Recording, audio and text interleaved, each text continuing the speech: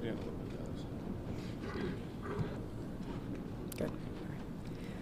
Thank you for joining us. My name is Jennifer Homendy, and I'm the chairwoman of the National Transportation Safety Board.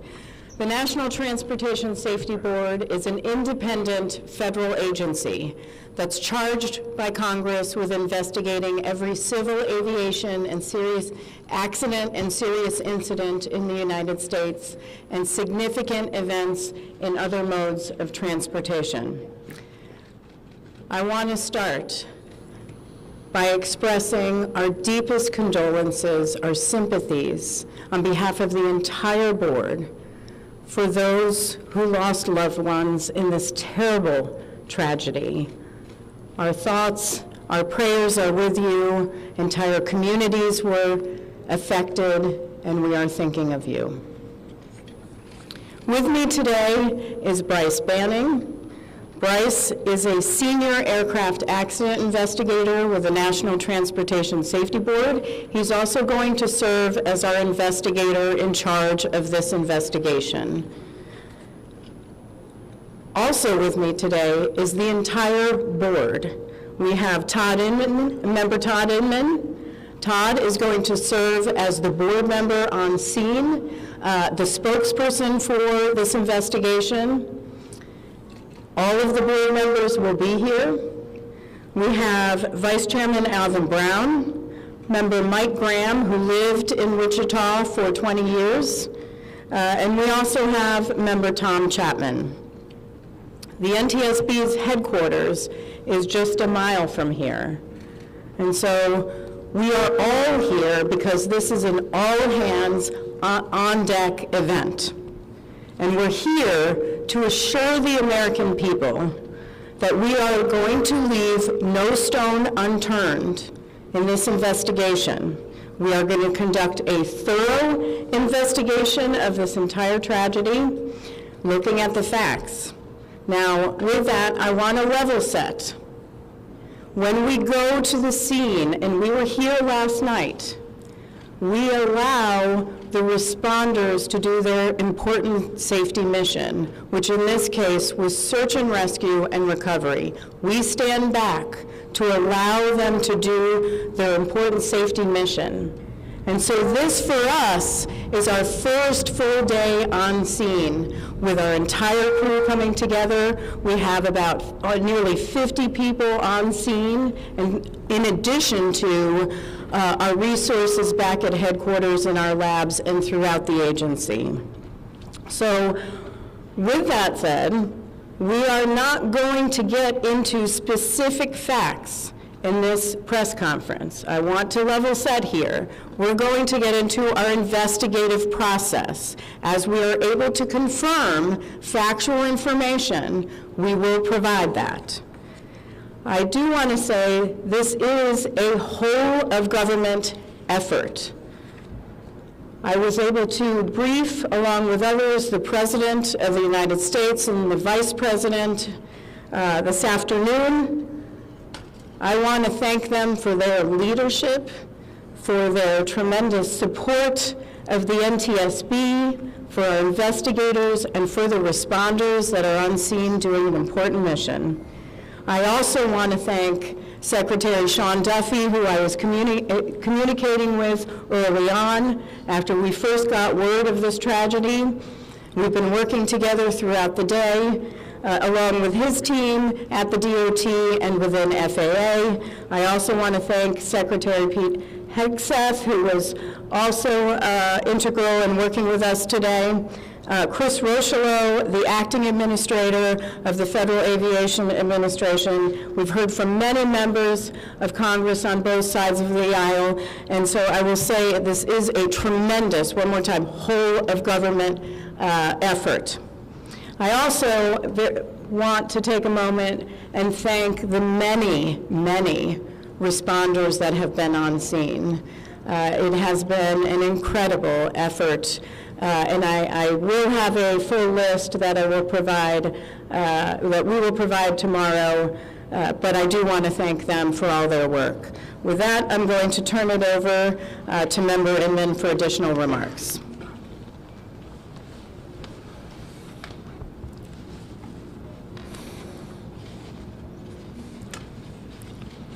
So today is our first full day on scene.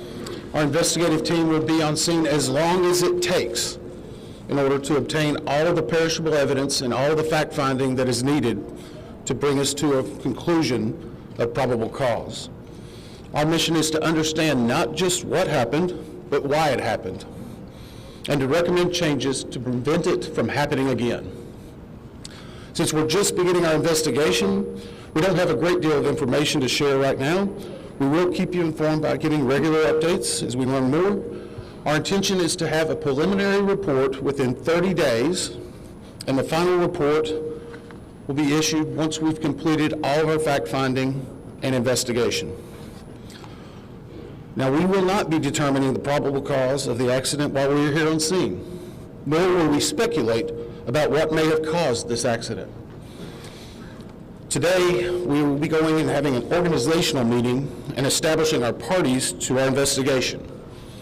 We currently have the following parties that are already identified: PSA Airlines, GE Aerospace, Sikorsky, FAA,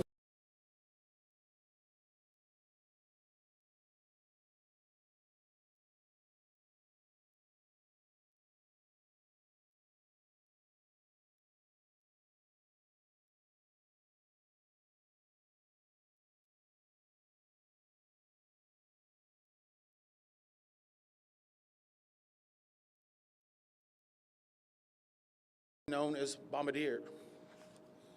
The NTSB offers this party status to those companies, government agencies, and associations that have employees, activities, or equipment involved in the accident. We offer that because they will provide technical expertise and relevant information supporting the development of the best possible factual record.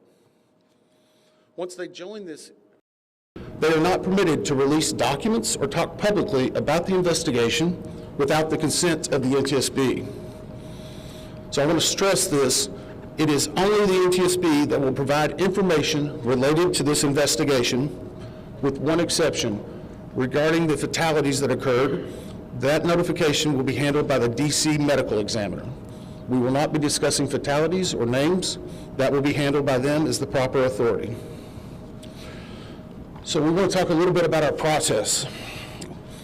We will analyze the facts and determine the probable cause of the accident, and then issue a report of those determinations. I also want to talk a little bit about some additional people that are here with us, and they're very important to us, and that is our family assistance group. Later today, we will be briefing the families.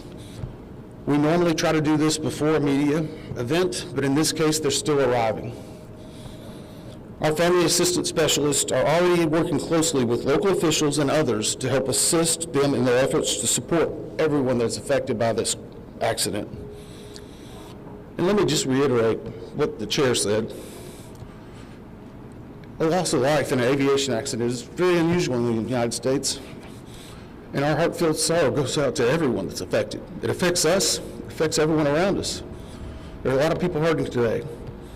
We will help find out what happened. We will do it factually, and we will do it accurately. As part of this, we are going to be standing up some specific working groups. Those working groups will be operations. They will be looking at the history of the accident flight and crew members' duties for as many days before the crash as appears relevant. We will be forming a structures group, which will be the documentation of the airframe wreckage and the accident scene, including calculation of impact angles to help determine the plane's pre-impact course and altitude. We'll have a power plants group. They will do the examination of the engines and the engine accessories. We'll have a systems group.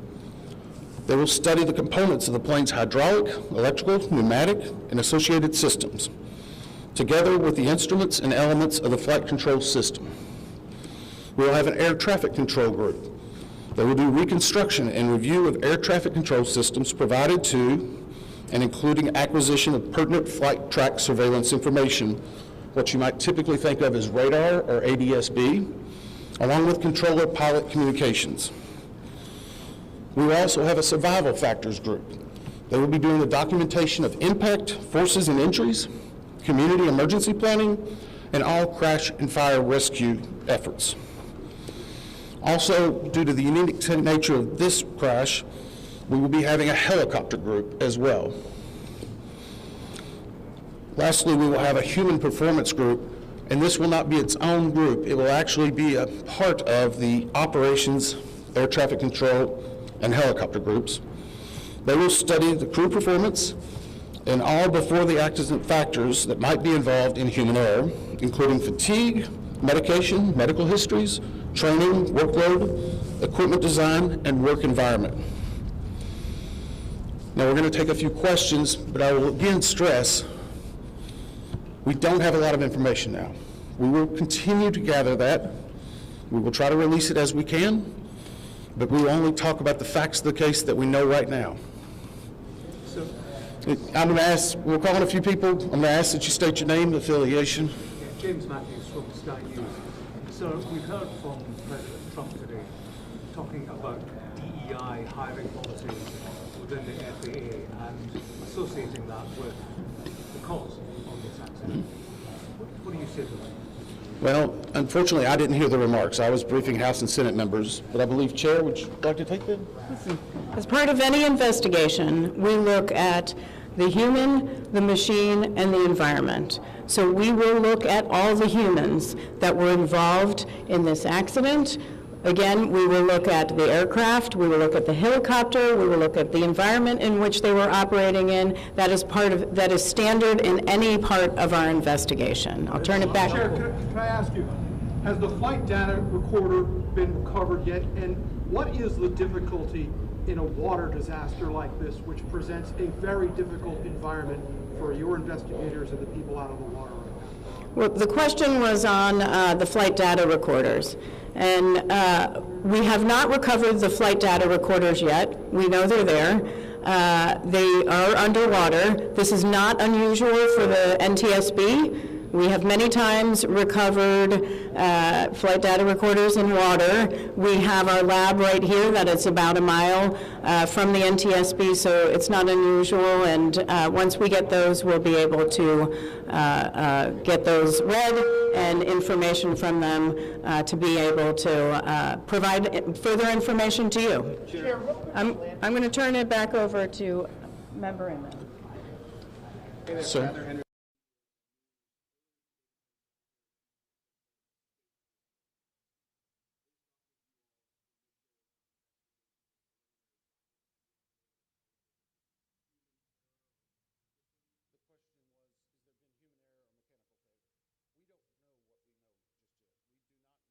Facts to be able to rule in or out human factor, mechanical factors. That is part of the NTSB investigative process, and where all of these groups will come together. It's one of the reasons why the NTSB is known as the gold standard. We will take the time that's necessary, but I'd also like to reiterate, if we find something that is a significant issue that warrants immediate action, we will not hesitate to make those recommendations and make them public. We have a good track record on that, and we want to continue doing so. Sir. Hello, Sir. Tom Costello with NBC News. Does it hurt your investigative process, maybe for the chairman, does it hurt your investigative process to have the president already suggesting possible causes here as you try to keep an open mind and begin this investigation? Thank you. Tom, with all due respect, I think the press also likes to state what probable cause is before we get to the probable cause. So what I'm going to say is you need to give us time. You need to give NTSB, it's not that we don't have information. We do have information. We have data. We have substantial amounts of information. We need to verify information. We need to take our time to make sure it is accurate. That's best for you. That's important for the families. It's important for legislators who are seeking answers to try to figure out what they're going to do about this. And so it will take time. We do have a lot of information, but we need some time to verify that. Yeah, Member Chase Williams of Fox Business. I'm wondering about the conditions in the tower last night. Were there any performance issues in the past with any of these controllers, anything of that? The question is about controllers. As I said, we were just now forming the groups. The controllers do have union representation, which they're entitled to. They'll be working with our party system and our party groups. They'll be conducting interviews. Those interviews will need to be analyzed, transcribed, and other team members will need to look over it. It'll be a long process, but we will go through the entire history. Michelle Belgray, The Independent. My question is for the chairwoman. Can you tell us more about what the president and the vice president's responses were when you briefed them this afternoon? Sure. So the question was about my briefing for the president and the vice president. As a standard, we offer briefings on our process and what we know, and this was a briefing with the president and vice president and with Secretary Duffy and Secretary Hegseth and also the acting administrator of the FAA. There was discussion on what we know so far and our process, and that was about it. Ma'am, Chairwoman, Stephanie Ramos with ABC News. Similar to Tom Costello's question, the President has stated what may have caused the crash, stating common sense. Does that affect your progress at all at this early stage? Yeah, so the NTSB, we conduct an important safety mission where we take a very careful approach. I'm sorry, the question was on speculating during investigations, which is, we often hear about.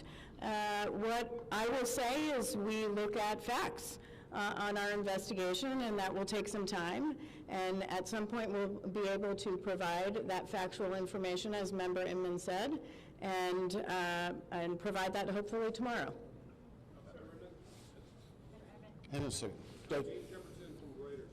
Have you been able to retrieve the black boxes from the helicopter? Has the military decided whether they're going to read those to the NTSB? And what about the ATC tapes? So the question was about black boxes, which I refer to as black boxes, which are typically orange. We have not recovered any of the boxes involved yet. We feel comfortable and confident that we will be able to. Right now, recovery of life is probably the most important in those that were involved. I mean, there are still ongoing recovery efforts involving the fatalities involved, along with some debris is coming out as well. We will make sure that that perishable evidence is maintained. We have a great process for that. We will probably have more than one black box, so to speak. It's our understanding that the Sikorsky helicopter is equipped with some form of recording devices, and those will be read either by the DoD or by us. We have a good starting relationship with them, and we've already made agreements in order to be able to do that. So I feel comfortable in what we're going to be doing. The other question was about air traffic control. We received a very large package of information from the FAA at about 3 a.m., I believe, this morning. That is still being reviewed and analyzed.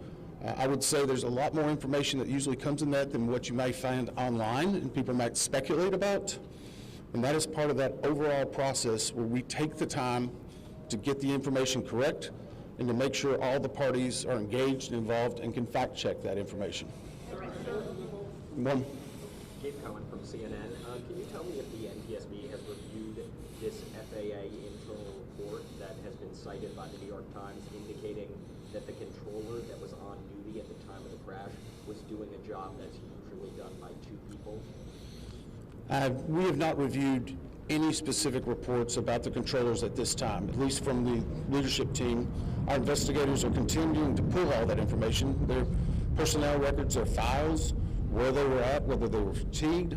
All that information will be part of that investigative process. But right now, we can't speculate on anything that may have been reported in the media until we get the opportunity to validate and understand how it impacts the investigation. We're going to take just a few more questions. Sir? Yeah, Orange Hannah, Beaver Magazine. What's the process and the logistics like of bringing the families in? Are they coming into the airport? And how are you going to sort of do the sensitivity of, treat the sensitivity of bringing them to the place where this tragedy happened? So the question is about the families. And many of those families are still en route. Some are still being notified from both the military and from the commercial crash. There is a family assistance facility that's being stood up by American and PSA Airlines.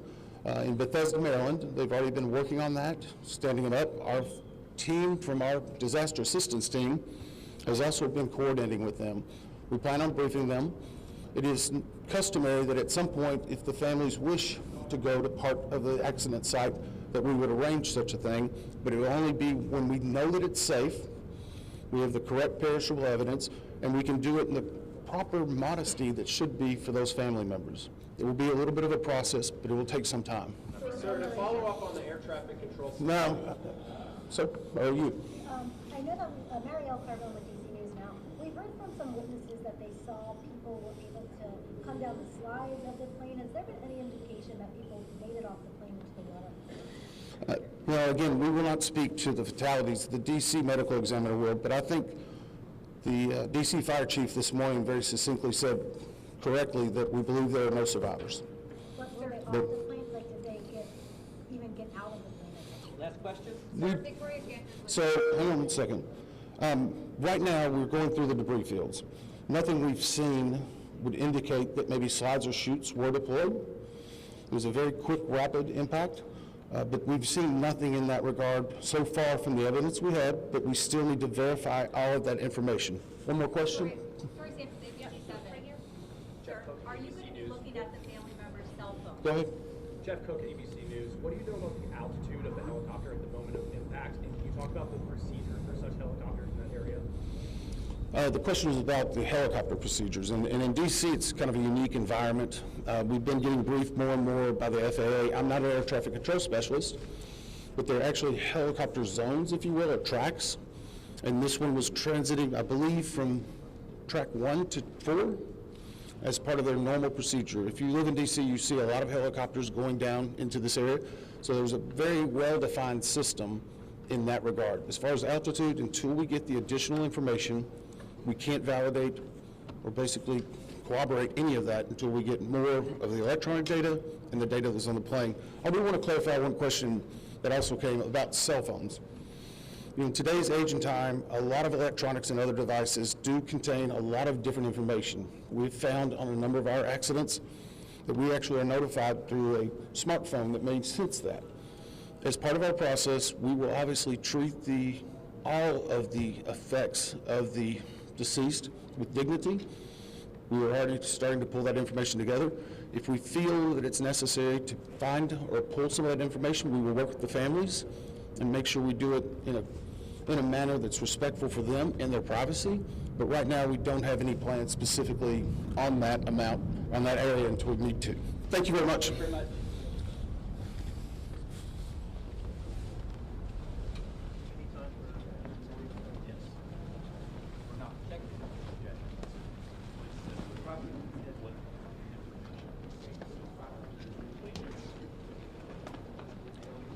For further updates on media briefings and other developments, please follow on X